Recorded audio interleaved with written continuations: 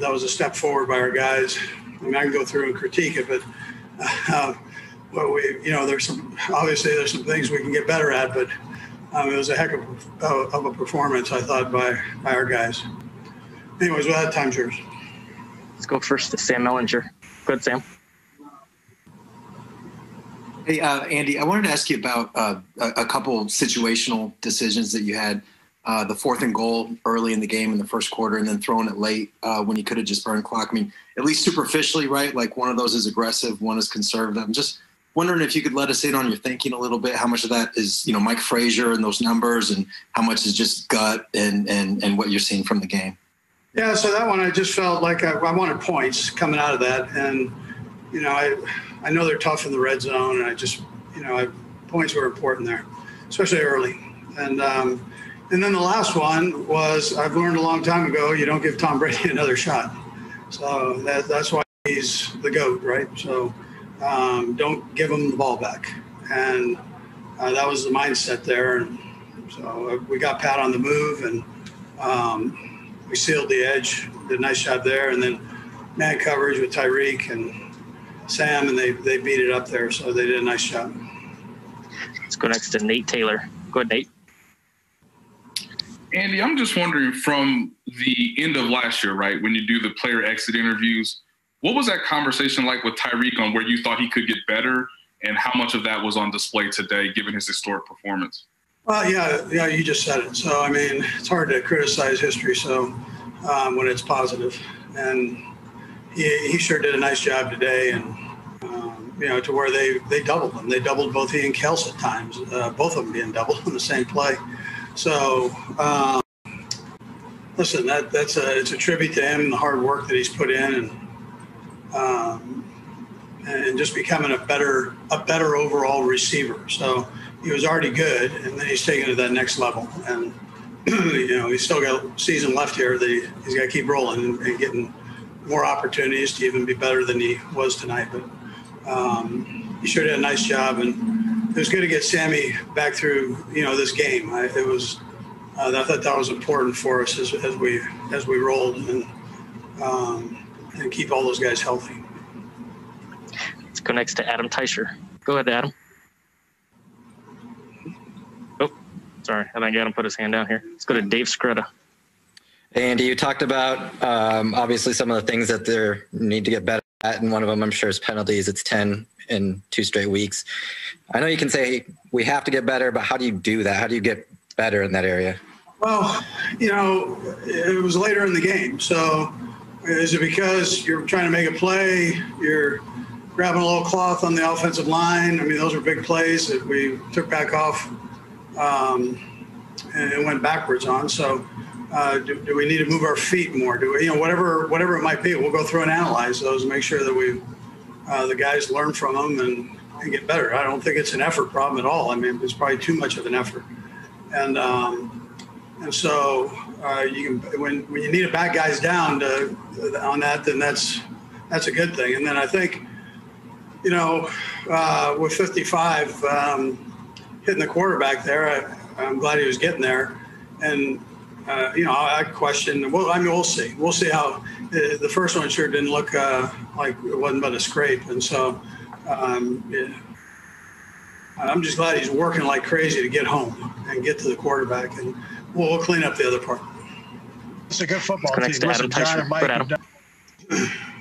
Hey, Andy, regarding Tyreek's big day, was it just a case of you guys finding a matchup you really liked there, that one-on-one matchup, or was there more that went into that tonight? Well, I mean, we feel like he's a pretty good matchup anywhere. I mean, with anybody. So he's strong and quick and fast, and he can catch. So the quarterback trusts him. Now, I'm not going to tell you, they were banged up a little bit at the corner position, so I'm not sure that helped Bruce at all. But I mean, listen, I would put him against anybody. I mean, he's been doing this all year. So. Let's go next to Pete Sweeney. Go, Pete.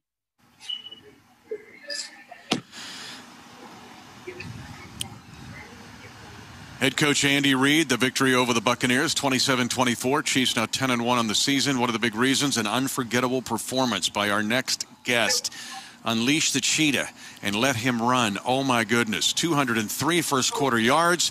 Tyreek Hill joins us now. 13 catches on 15 targets, 269 and 3 touchdowns. What a day, my friend. Take a bow. Unforgettable performance. What was working today? I just want to thank God, my family, the Chiefs, just for this opportunity. And as far as my family, just the support, I get from my mom, my kids, and just everyone in my hometown, so just to be able to just be a part of this win, just to be a part of, everyone's success is just amazing. So I'm excited. So, Tyreek, I'm curious. You had this huge, awesome day. We know that. But at the very end, Coach Reid still dialed your number there for the first down that won the game. What's it mean to you that Coach Reid has the trust in you guys? He's not just going to run the ball there at the end and give the ball back to Tom Brady. He's going to try to get that first down, and you're the guy he's counting on to get it. Yeah, you know what? That means a lot. That finally means that I'm a true number one, and that makes me feel good. When he comes to me in such a pivotal moment like that, it makes me feel awesome. So, I just hope, my number continues to get called. If it doesn't, I'll still be happy, as long as we win. So, I'm just a part of, I'm here to be a part of this journey. Ty, not only did we win the game, we also got the gymnastics championship with your backflip, which was pretty cool at the 1 yard line. You're talking about fish getting touchdowns. I get to call a backflip on a touchdown. You'll like it when you hear it. But I want to talk about how just what you've learned about playing the game, because I said this game started as a fantasy game, you just rolling up Madden numbers, but it became a reality game. Situational football and you making that catch. Matt just asked you about it, but what about learning how to play this game where it's not always about stats, it's about making winning plays? What about what you've learned in that realm? Well, to me, the game has slowed down so much, over the years. When I first came in, guys were moving at a different speed. Even though I was the fastest guy on the field, I was still playing a little shy, a little not as confident, So, as the years went on, confidence gained, and I just started believing in myself. My teammates believed in me, and then once Pat got here, he was telling me, hey, man, you really can be a beast, so that even gave me, everything that I needed to hear, to get me where I am today. So, like I said, I'm just thankful, just to be on this team, just to be a part of this journey, so it's amazing, and I can't wait to see what the future holds for this team. So, Tyreek, you scored in 10 of 11 games this season, only player in the NFL to do that, and the first player since Todd Gurley back in 2018. I think you're one of 5 players since 2000 to do that. So it's really rare what you're doing finding the end zone. How much fun has it been for you finding the end zone this much this season? You know what? I have to find the end zone a little bit more, because every time I go home, my son is like, Daddy, I need you to score more, So, I believe I'm doing it. The pressure is always on when I go home, because my son is like, Dad, I need you to score more touchdowns. I'm like, dude, do you got a fantasy team or something? So, man, it's been fun. Like I said, just being a part of this journey. Coach Reid dialing my number. Pat throwing deep shots to me. So I'm just having fun with the game. Ty, you actually had me feeling sorry for Carlton Davis in this game. I want to ask you about, final question, is just recognition and working with Patrick. They showed you press, you killed him in press. They back off, you eat him alive in front of him. They go back to press, you eat him alive. Just the recognition of what the defense is showing you and working with Patrick and understanding that sixth sense that you guys have.